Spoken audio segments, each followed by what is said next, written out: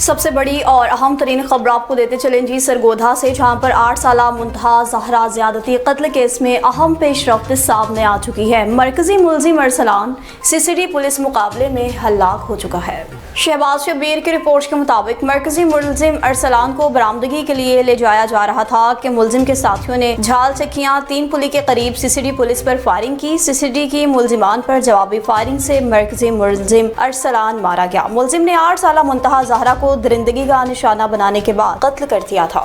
شکرگڑھ کا رخ کرتے چلیں، جہاں پر 7 محرم الحرام کی مناسبت سے مرکزی ماتمی جلوس اپنے روایتی راستوں سے ہوتا ہوا بخیریت اختتام پذیر ہو گیا۔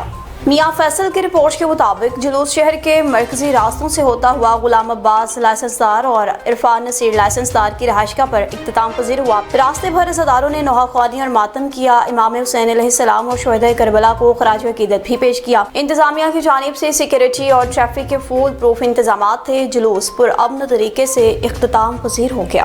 اب آپ کو مزید بتائیں کہ SHO تھانہ صدر خانپور نے امام بارگاہ موسیٰ کاظم سمیت مختلف مقامات کا دورہ کیا۔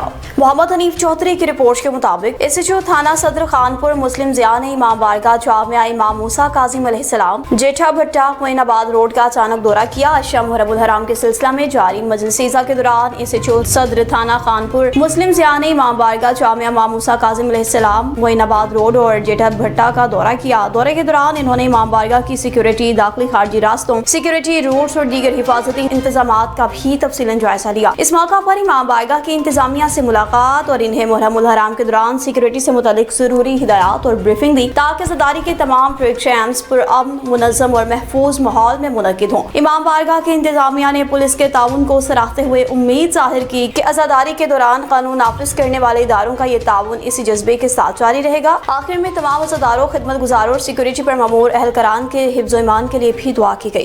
راجن پور کے حوالہ آپ کو کچھ بتاتے چلیں، جہاں پر محرم الحرام کے دوران امن و امان کی فضا کو یقینی بنانے کے سلسلہ میں کمشنر ڈیرہ غازی خان اور RPO نے جامپور کا تفصیلاً دورہ کیا۔ ارشد گیلانی کی رپورٹ کے مطابق محرم الحرام کے دوران امن و امان کے قیام کے لیے کمشنر ڈیرہ غازی خان اشفاق احمد چودھری نے RPO اظہر اکرم کے ہمراہ جامپور کا دورہ کیا۔ اس موقع پر DPO راجن پور عمران مرزا اور دیگر افسران بھی ان کے ہمراہ تھے۔ کمشنر اور RPO نے علماء کرام اور امن کمیٹی کے اراکین سے ملاقات کی، فرقہ وارانہ ہم کی، مذہبی رواداری اور امن کے فروغ میں ان کے کردار کو بھی سراہا۔ اعلیٰ حکام نے مختلف امام بارگاہوں، مجالس کے مقامات اور جلوسوں کے روٹس کا بھی تفصیلاً معائنہ کیا۔ سیکورٹی، ٹریفک مینجمنٹ، صفائی ستھرائی، روشنی اور دیگر انتظامی امور کا جائزہ لیتے ہوئے حساس مقامات پر فول پروف سیکورٹی یقینی بنانے کی ہدایات جاری کی۔ دورے کے دوران مجالس اور جلوس کے منتظمین سے ملاقاتیں کی۔ منتظمین نے انتظامیہ اور پولیس کی جانب سے کیے گئے انتظامات پر خوب اطمینان کا اظہار کرتے ہوئے مکمل تعاون کی یقین دہانی کرائی۔ کمشنر اور RPO نے ڈیوٹی پر موجود پولیس اہلکاروں اور سیکورٹی رضاکاروں سے بھی ملاقات کی، ان کی خدمات کو خوب سراہا۔ محرم الحرام کے دوران ہر ممکن چوکسی اختیار کرنے کی ہدایت کی۔ حکام نے کہا، محرم الحرام کے دوران امن و امان، مذہبی ہم آہنگی اور عزاداران کی حفاظت کے لیے تمام متعلقہ ادارے باہمی رابطے کے ساتھ اپنی ذمہ داریاں انجام دے رہے ہیں تاکہ جلوس اور مجالس کا انعقاد پرامن ماحول میں یقینی بنایا جا سکے۔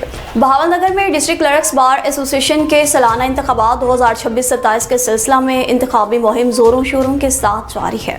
ملک عاقب مشتاق کی رپورٹ کے مطابق صدارتی امیدوار محمد حفیظ جویہ بھرپور انداز میں انتخابی مہم چلا رہے ہیں۔ کلرک برادری کے مختلف حلقوں میں ان کی خدمات، تجربے اور ملازمین دوست سوچ کو بھی سراہا جا رہا ہے، جبکہ متعدد ملازمین نے ان کی قیادت پر بھی مکمل اعتماد کا اظہار کیا ہے۔ محمد حفیظ جویہ نے کہا ہے کہ کامیابی کی صورت میں وہ کلرک برادری کے حقوق کے تحفظ، ملازمین کو درپیش مسائل کے حل، سروس اسٹرکچر کی بہتری اور فلاحی اقدامات کے فروغ کے لیے عملی اور مؤثر کردار ادا کریں گے۔ انہوں نے اس عزم کا اعادہ کیا کہ ایسوسی ایشن کو ایک فعال، مضبوط اور باوقار پلیٹ فارم بنایا جائے گا جہاں ہر ملازم کی آواز کو سنا جائے گا۔ انتخابی سرگرمیوں کے دوران مختلف سرکاری محکموں کے ملازمین اور کلرک برادری کے نمائندگان نے محمد حفیظ جویہ سے ملاقاتیں کرتے ہوئے ان کی مکمل حمایت کا اعلان کر دیا۔ اب مزید آپ کو بتائیں کہ چنیوٹ کے شہری مردہ مرغیاں کھانے سے بچ گئے۔ فوڈ اتھارٹی نے بڑی کارروائی کی اور مردہ مرغیوں کی ترسیل کی کوشش کو ناکام بنا دیا۔